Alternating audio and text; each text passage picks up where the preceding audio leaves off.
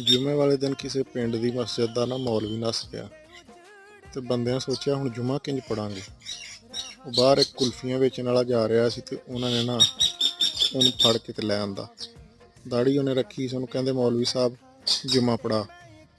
ਉਹ ਕਹਿੰਦਾ ਖੁਦਾ ਦੇ ਬੰਦੇ ਮੈਂ ਕਦੀ ਜ਼ਿੰਦਗੀ ਜੁਮਾ ਨਹੀਂ ਪੜਾਇਆ। ਕਹਿੰਦੇ ਜੁਮਾ ਪੜਾਏਗਾ ਤੇਰਾ ਸਾਈਕਲ ਮਿਲਣਾ ਨਹੀਂ ਤੇ ਨਹੀਂ। ਵਿਚਾਰਾ ਲੱਗ ਪਿਆ ਬਿਆਨ ਸ਼ੁਰੂ ਕਰ ਦਿੱਤਾ ਉਹਨੇ। ਕਹਿੰਦਾ ਬਈ ਨਮਾਜ਼ ਪੜ੍ਹਿਆ ਕਰੋ ਤੇ ਅੱਛੇ ਤੇ ਨੇਕ ਕੰਮ ਕਰਿਆ ਕਰੋ, ਤੁਹਾਨੂੰ ਜੰਨਤ 'ਚ ਹੂਰਾਂ ਮਿਲਣਗੀਆਂ, ਚਿੱਟੀਆਂ ਦੁੱਧ ਵਰਗੀਆਂ, ਖੋਏ ਤੇ ਮਲਾਈ ਵਰਗੀਆਂ। ਯਾਨੀ ਉਹਨੇ ਬਿਆਨ ਵੀ ਕਰ ਦਿੱਤਾ ਤੇ ਕੁਲਫੀਆਂ ਵੀ ਵੇਚ ਲਈਆਂ। ਇਹੋ ਹੀ ਹਾਲ ਅੱਜ ਦੇ ਯੂਟਿਊਬਰਸ ਦਾ। ਉਹ ਆਪਣਾ ਉਹਨਾਂ ਦਾ ਕੰਮ ਵੀ ਚੱਲਿਆ ਤੇ ਨਾਲ ਦੂਸਰਿਆਂ ਦੇ ਚੈਨਲ ਵੀ, ਤੁਹਾਡਾ ਚੈਨਲ ਇੰਜ ਹੋ ਜਾਏਗਾ, ਇੰਜ ਕਰ ਲਓ, ਇਹ ਅਸੂਲ ਫਾਲੋ ਕਰ ਲਓ, YouTube ਇਹ ਕਰ ਦੇਗਾ, ਉਹ ਕਰ ਦੇਗਾ, ਸਾਰਾ ਕੁਝ ਬਕਵਾਸ। ਖੁਦਾ ਦਿਓ ਬੰਦਿਓ